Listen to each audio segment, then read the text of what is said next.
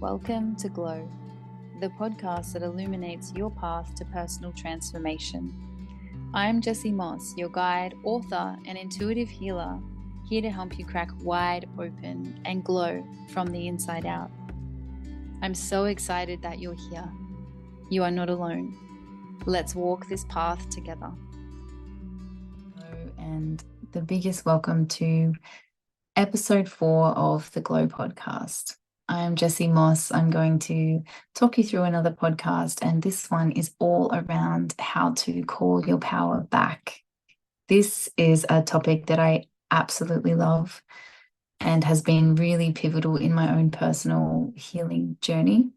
If you're looking to find that relationship to yourself, what your truth is, if you're willing to discover what is power, what are your values, what are your needs and wants, if you are ready to take ownership of something and you're not quite sure how, then this episode will cover a lot of different topics that will help you to feel like you're back in your center, where there will be more clarity that you experience towards the direction that perhaps you want to take, or the things that you've been trying to manifest into your life and haven't been fully successful in that yet.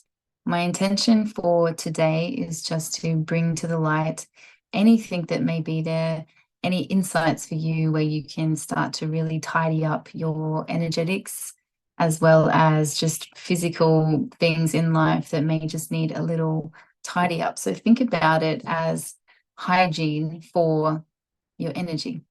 Together, we're going to feel into how to make choices to keep your energy strong. Okay. So first, let's start with this relationship to self. You may hear of people talking throughout the spiritual community of the higher self, or the version of self that you're becoming. But for today, we want to talk about your relationship to self as in the adult self, or the self that you are today listening to this, the very self that you are in the present moment. So I always like to open up my workshops with bringing in the fact that we're energy before we're matter. And so energy is what makes us into matter. And when we think about energy, it's constantly moving. And think about being just in energetic form, we are always changing. And so this is why in this vessel, we're experiencing this realm, or this reality that we're in, where we're living out a life, a career, families, relationships. We're having that experience in this self, in the self we are right now. And so from today, the lens of self is just that person that you are right now, the one with the most tools, the one with the most willingness, the most openness to be with any ownership or accountability that might need to be taken for you to be fully in your own energy. You have control over where your energy goes, even though sometimes it might not feel like it. So say we get triggered in everyday life, our energy will go towards wherever that trigger is coming from. When we work on ourselves, what happens is we lose charge to that trigger, because it's like eventually it can no longer hook onto us, because we don't hold that resonance, because we've either processed it, healed it, or we were able to surrender or let go of something around it to approach it in a new way. So we develop tools. And this is why we come into self-improvement, self-development, and perhaps why people are called more to the spiritual journey, to understand that there's many levels to existence. So how well we decide to know ourselves in the present moment, how honest we're willing to be with ourselves, will definitely start to cultivate a deeper sense of self, or a deeper connection or relationship to what your truth naturally is. And the more that you honor that and learn to trust the gut instinct, the inner voice, then the more that relationship develops, the more perhaps even that self, the more present self, will be in charge of making choices that are more empowered, that don't come from a place of wounding or past situations. And so when we feel into the relationship with self, some questions just off the top of my head is, how much do you really like yourself? Can you say with conviction that I love myself? I am worthy. So a lot of this self-related topic in a more spiritual context, if we think about the energy centers through the body, we're speaking into the solar plexus. And so this is the place of our personal power. This is our willpower center, our place of free will. And so in the solar plexus, it's everything that relates to self, self-doubt, self-confidence, self-identity. So if you think about even the lower two energy centers relating to tribal mentality, relating to how we relate to our own inner child, how we relate to people, how we relate to money. So it's everything external away from ourselves. And then eventually what happens is that we come away from the tribe, or we kind of have those awakenings, or we have lessons or illnesses or things, the change that springs upon us, and we come into a sense of breaking away from what we've known, from that conditioning, from the wounding that I spoke to in the previous podcast episodes. And so then when we come into more identity toward the self, it's where we start to really feel into what power is, how power is abused, how you might have heard of ego deaths and rebirthing a new version of self, all of these ways where people are just letting go of old conditioning and choosing to relate, or choosing to be in a self that can make better choices, that has learned from the past mistakes, has taken accountability, has faced ownership, has processed things to be in a different space. When you think about developing trust within to that self that can feel more centered when making choices, rather than trailing off into parts that are perhaps blending, like anger, sadness, insecurity. So when, say, insecurity blends with the self, you might make a few choices where you stop honoring your boundaries because you need someone to just be there. You need to shapeshift yourself or contort yourself into a certain way so that wounding is met, rather than the self saying, we set that boundary for a reason. Let's see if we can stay within the parameters of that, perhaps to be a little bit flexible depending where we're at with setting boundaries, where we're at with having new experiences, to either hold that or become flexible with that boundary, and just seeing how much we can build tolerance to sit with that, to perhaps sit with the insecurity, to choose again, to choose differently, to choose better, which I spoke about in those other podcasts. So this is like the next layer, is just really to bring this relationship towards self. So this is all about you, this podcast. This is all about your relationship to you. So we come away from relationships to other people, relationships that we have towards sex, money, anything like that. And we're coming into just connecting with that sense of self. Who are we? And I know if you've had a spiritual awakening, you have asked that question, who am I?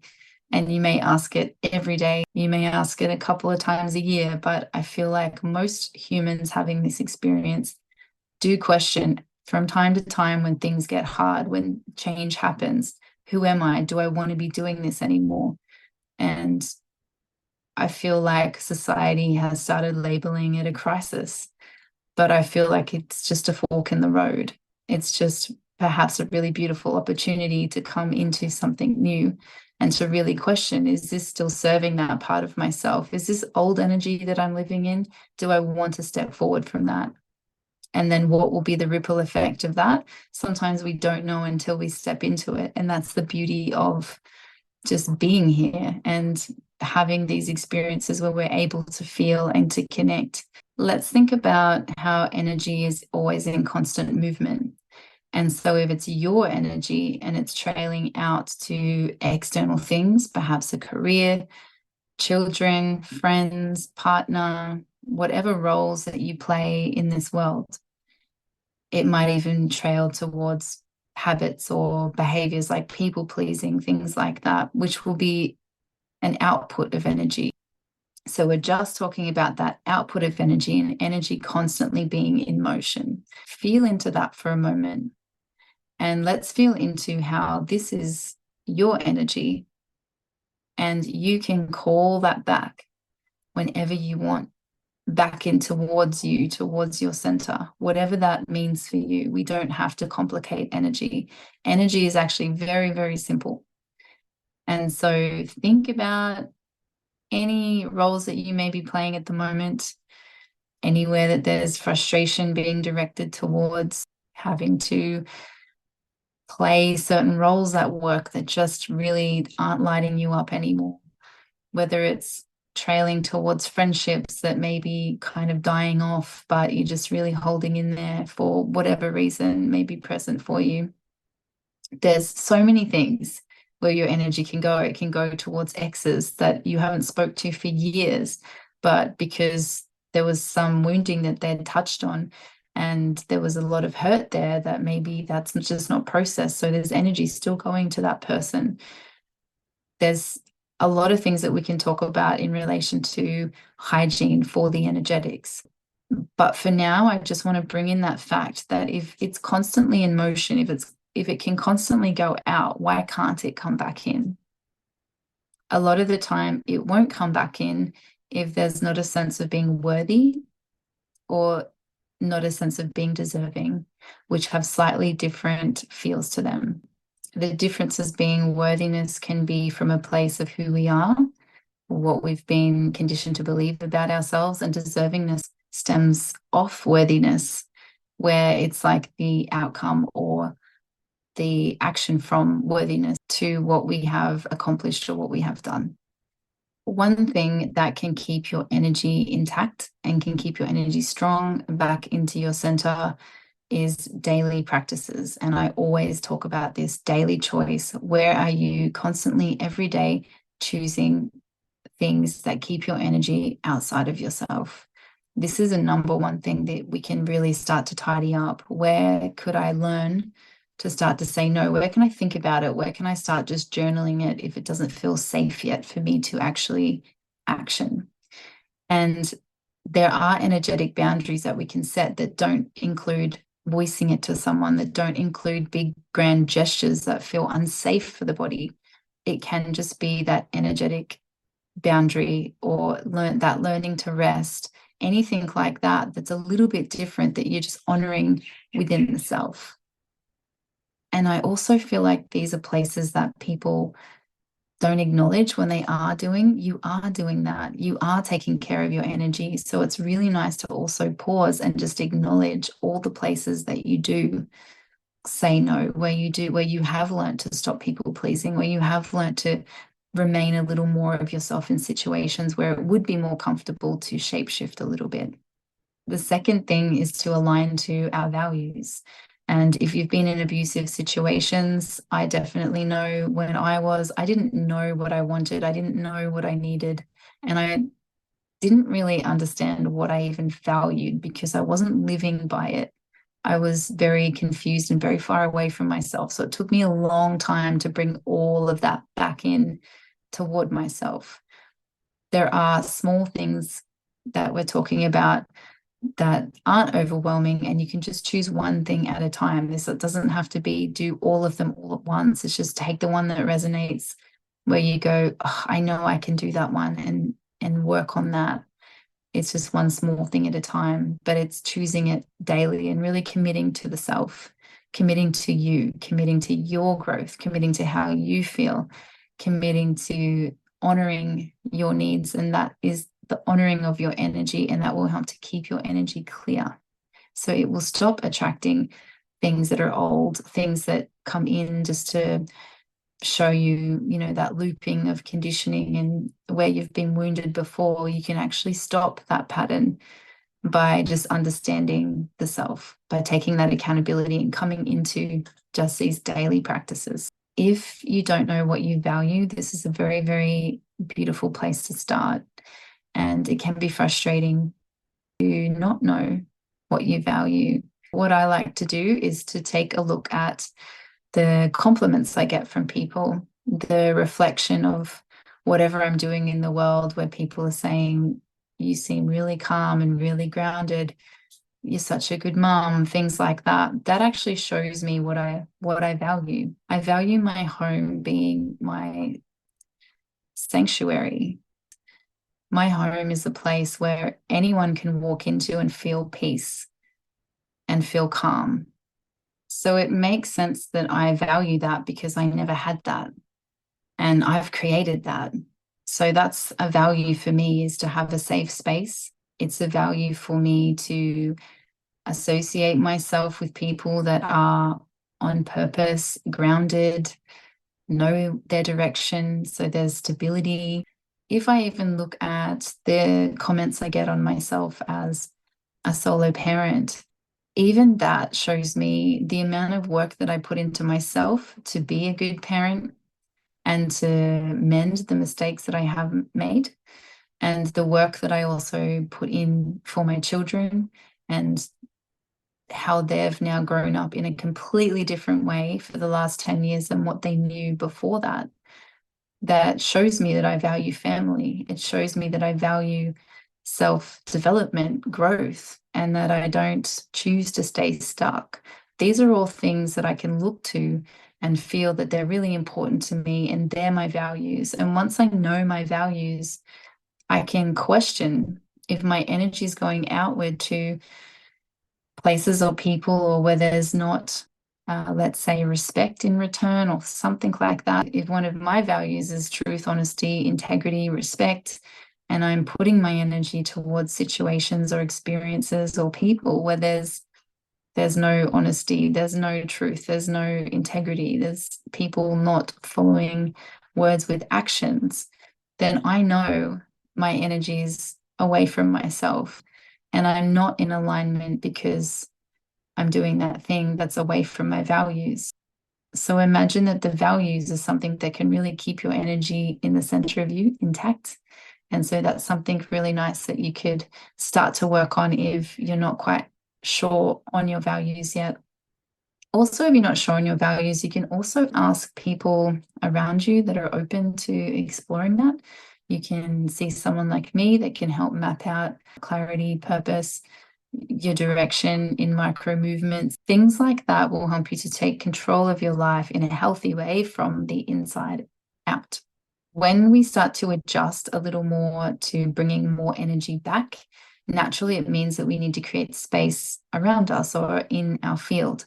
So it's looking to the things that are no longer serving us, and things that we can tidy up in the respect of letting go or surrendering that thing to loop back to you when it's time again, rather than holding on or waiting, things like that. So these are also, the clearing out is a natural effect of bringing that energy back in.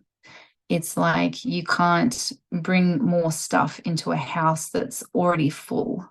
You have to clear some things out if you want other things brought in, if you want to still be able to walk around and experience space within that house. There's a question in my book, Open, that I ask through the chapter that is all around calling your power back. It's chapter 5. And these questions that I ask is, what choices can you make today that will make a difference in your life? Because we change the world by changing what we can within ourselves. So to remember, what's happening around you is happening within you, and you are more powerful than you know. So please remember that when you're coming into your day, when you're coming into setting intentions, when you're coming into making your choices. The small choices create the life that you're living, and that's the way that it is. There's also a quote at the start of the book that I love, and I put in there by Byron Katie. And it says, placing the blame or judgment on someone else leaves you powerless to change your experience. Taking responsibility for your beliefs and judgment gives you the power to change them. So here, let's come into talking about power. Like me, if you've experienced a life of abuse or injustice, it can really feel like You have to crawl out of this hole of being helpless and powerless. And it's not a good feeling. It's not a good feeling to have to own that we were there. It's not a good feeling to even acknowledge that we were there. But it is pivotal if we want to heal ourselves and clear our bodies of what perhaps we're suppressing in there. If we want to clear addictions that we may have for coping purposes. And none of this is our fault to why it's there. But when we have awareness to it and we're not changing it, then that's on us. It's on us to bring that awareness to self, to our feelings, to what we value. And this brings me into talking about power from that place. I always had a very negative connotation, even to the word power, because for me, powerful people were aggressive. They did anything to get what they wanted. And then I came into feeling into this scale. So, right at the very most, toxic, powerful end of the scale is those people, the bullies, the aggressive people, the abusive people that just go way too far and abuse power. Then you have this other end of the scale. Maybe there's people here that are people pleasing, not knowing what their boundaries are, so they can't hold them in place. And so there's this whole broad scale that's available for us to feel where we want to be. If we're down the lower end of it, maybe we were a kid that needed to be hypervigilant and move around the family, and that was our role, to keep everyone happy and to try to fix the chaos, fix the dysfunction. And if we grew up from feeling like we had to assert our power and fight all the time, you can see that both ends of this scale have their own ways of bringing exhaustion to the system. Pushing too hard, not at all. So it's like being a victim, being aggressive. And either side of that probably feels really extreme, but I'm kind of trying to make it extreme just so we can feel into power, not having any power. And if you could adjust yourself on that scale somewhere, I need a little bit more assertiveness. I need a little bit more what feels like selfishness. I need a little bit more focus on myself. Or if you're on the other end of the spectrum, maybe I need a little bit more compassion to where other people are at. Maybe I need a little bit more awareness of what's happening around me and what I'm taking from, and if that's fair. This can just be something that we feel into within ourselves. Are we pleasing too many people? Is our energy trailing out there? What parts of that energy can we call back one piece at a time? And what I'm encouraging here is just to change whatever perception that you may have of power. Sometimes, if you look to someone that you find is successful, you could see it completely. And probably what happens on social media a lot is that you see things that people want to portray, but how real is it? How real is that thing? And what place is that coming from that person? Because the thing is, we can't be happy all the time. We can't be powerful all the time. There's going to be somewhere on that scale where we're swinging from one end to the other. When we're trying to learn boundaries, perhaps we get a little too assertive, or we get a little too harsh because we think of all the times it was really unfair, as our awareness builds to now having boundaries. So then perhaps our boundaries are more solid and they're very black and white. It's just a no, and I'm not budging on that. Whereas if we slide back down the scale or find somewhere in the middle, it's like, what are my needs? What are your needs?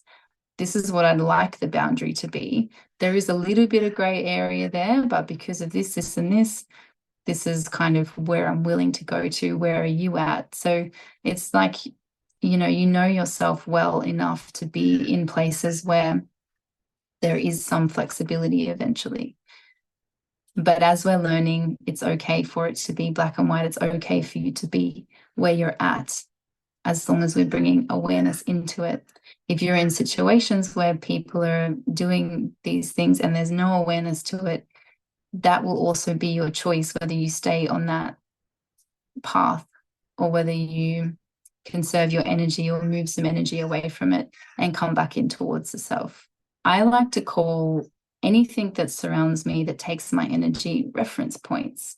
So if you were to draw on a piece of paper a circle in the middle that represents you, and you trail out and you put a whole bunch of things around that circle that you do. So it could be friend, it could be auntie, uncle, it could be parent, it could be whatever your career is. All these things that you do and that you are, and that the roles that you play in this world, those hats that you wear, if you stay in that, you won't be coming back to center and being fully present with yourself, because you have all these other things to do, which can also be a great way to bypass how you're actually feeling, that you actually want to connect to yourself. And so if we understand where the energy is going and map it out on a piece of paper, sometimes we can look and see the visual, and then one thing at a time, okay, I don't have to be that right now. I don't have to be that right now. There's a little bit of extra space I've got just to be myself in this moment. There's nothing wrong with doing that. That is your energy, and you are in control of that, whether you believe yourself to be or not, that it is your energy. Nobody can take that away from you unless you give them permission to. That is a really important thing to remember. So you might be wondering, and I will wrap it up with this, how to keep your energy strong. Everything I've said in this podcast are ways that you can keep your energy strong.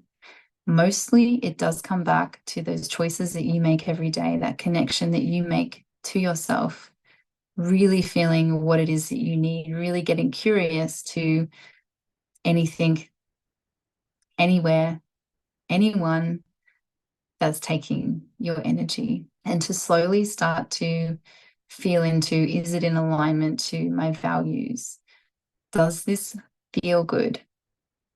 So the number one way, we all have some sense of knowing or intuition. Some of us will experience it as a feeling in our gut instinct. Some of us will maybe have visuals or have dreams. Some of us will just have a knowing that doesn't make sense at all, but you just know. And so I always encourage people to sit with something small first. So let's say it's an invitation on the weekend to something that you really kind of do want to go to. It's a friend's birthday, but you've had a really big week. Something's happened that's a little more than you can take, and you need rest. And then you're tossing up all week. What do I do? What do I do? I don't have any energy for this. Sit with it. Your answer, especially if you're in a place of being between maybe self and a part that has come up, a part for grieving, a part that might be sad, that might need some space. And so in this curiosity, this little dance between when we're feeling into it, and maybe we get so good at this that we just start to trust and go with what we feel, which is what this exercise will eventually do for you, is you just sit with maybe feeling yourself staying home and resting. If that feels really good in your body, then follow that. If you think about perhaps booking rest before then, and then feeling into, if I do that, if I allow myself that bit of space, I might be able to do both. Sit with how that feels. See how that feels for your energy. And the more that we can play with the smaller things and honoring our energy in small ways, the easier it will be when we have those bigger choices, life choices, choices that will change the trajectory of your career. You will just know, and you'll be able to trust at a deeper level. So this is all part of relationship to self. Really knowing yourself well gives you so much power that you won't need to over-explain yourself to people anymore. You won't have to go beyond what your capacity is. You will be able to really lovingly and really firmly stay within the parameters that keep your energy strong. You get up in the morning, you get ready for work, and your physical appearance, brush your teeth, do your hair, put makeup on, wear nice clothes. So what I'm talking about is exactly that, but just for your energy. So the food that you eat contributes to the energy that you have, the vitality that you feel, the life force energy that you hold. Food matters. What you put into your body 100% matters. The people that you hang around, the environment that you're in makes a huge difference to the energy or the vitality that you will feel in your body. The more you say yes to things that light you up, that feel good for your energy, the more you will have. The more you say yes to things that deplete your energy, the less you will have. So go by that felt sense, feel into how you navigate that, whether it's a gut feeling, a knowing, and start to be curious to tuning into that. If you feel like you want to explore the energy centers a little bit more, you want to feel into what is this solar plexus that she's talking about. This is a place where we really start to transmute and transcend any woundings around our worthiness, which could take a lifetime if that's a core wounding. But the important thing is that we take ownership, we acknowledge it, and we start working on it. So if you need a place to start, I have an 8-week online journey through the energy centers. And so week 3 will be your solar plexus. We start at the bottom and work our way up. So it's a current of liberation. So we're liberating our stories, we're liberating old patterns that don't serve us. So through each week, where we head up through the energy centers and you learn as you go. So one section will open each week. So if you feel like that may serve you right now, I will leave a link in the show notes and you can receive 20% off. That course is Alignment to Awakening. So we talk about how to align your energy to come into that new sense of self and to develop that really great understanding so you know yourself well, so you can be in your power fully. So remember to map out those reference points so you have a visual of where your energy is going. And if you have any feedback for me, if you've received any insights, you want me to go deeper on a topic, please get in touch. All details are down in the show notes. Thank you so, so much for tuning in again. I'm so grateful for the response that I'm getting from the podcast. Join me for the next episode. It will be all around that heart energy, being unconditional with ourselves. So you can learn how to feel joy, self-love, self-care, which is a huge part of your healing journey when you start to lean into feeling vulnerable, to opening yourself again, whether you've experienced toxic relationships, abandonment, or wounding that's really closed you up and put walls around the heart. So we're going to talk about that, how vulnerability is strength, and we're going to come into just opening to discover how to be unconditional with ourselves. One last thing, remember to be so intentional with your choices. Watch for the next week. Watch yourself, be curious for the next week or so on all those little places that you can tidy up and really start to clean and clear throughout your field from that energetic sense. Remembering that you have choice, you are whole already, you are not alone, and stay curious. I'll see you next time.